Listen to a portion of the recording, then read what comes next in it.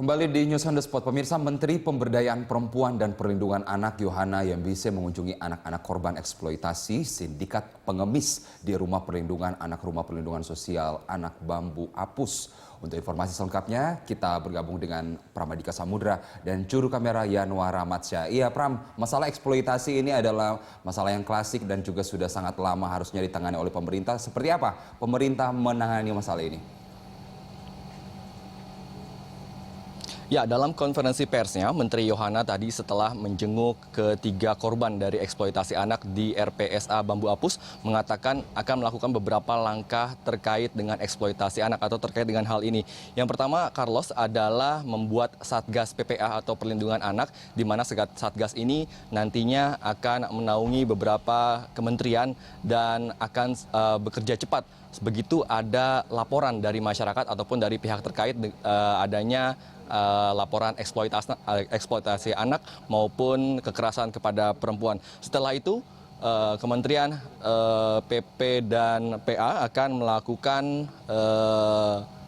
koordinasi dengan kepolisian dan juga beberapa pihak ataupun penegak hukum terkait dengan adanya Undang-Undang Perlindungan Anak, di mana nantinya ini akan dilakukan secara menyeluruh terkait dengan penegakan dari hukum Undang-Undang Perlindungan Anak, karena selama ini Undang-Undang Perlindungan Anak belum ditegakkan secara adil menurut Menteri Yohana. Selain itu, Kementerian Perlindungan Anak dan juga Pemberdayaan Perempuan mengatakan akan melakukan koordinasi dengan seluruh pemerintah daerah yang ada di Indonesia untuk memberikan penyuluhan terkait dengan eksploitasi anak. Karena Carlos dan juga pemirsa, tidak semua orang tua di Indonesia mengetahui bahwa ia secara tidak sadar ataupun secara sadar telah mengeksploitasi anaknya.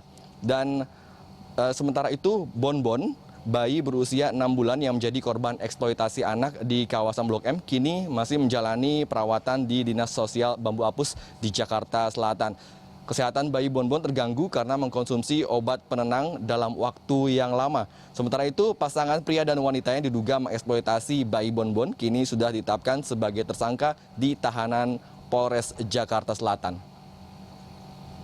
Anak Bonbon ini kan dia mengalami masalah kesehatan dikarenakan mengkonsumsi obat penenang dalam waktu yang cukup lama.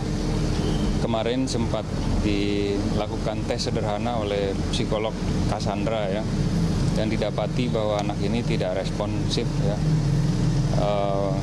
Kemudian sudah disarankan untuk tetap dilakukan penanganan medis.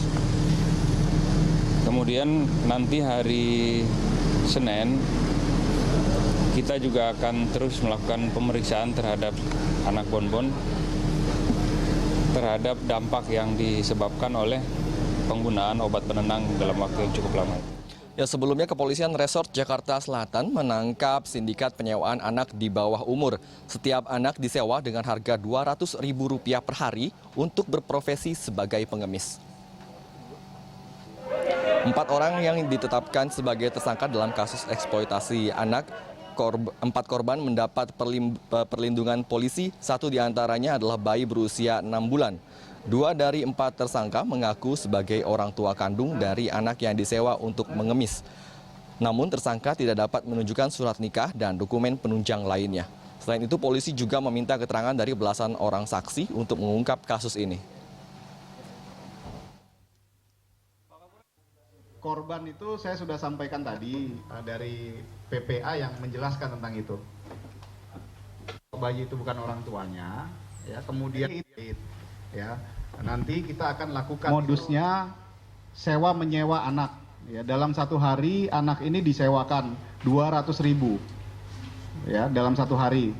Kemudian modusnya lagi, artinya kejahatan yang ada dalam kasus ini, yaitu dengan memberikan tadi obat penenang supaya tenang, ya, supaya tenang sehingga tidak rewel pada saat melaksanakan pekerjaan.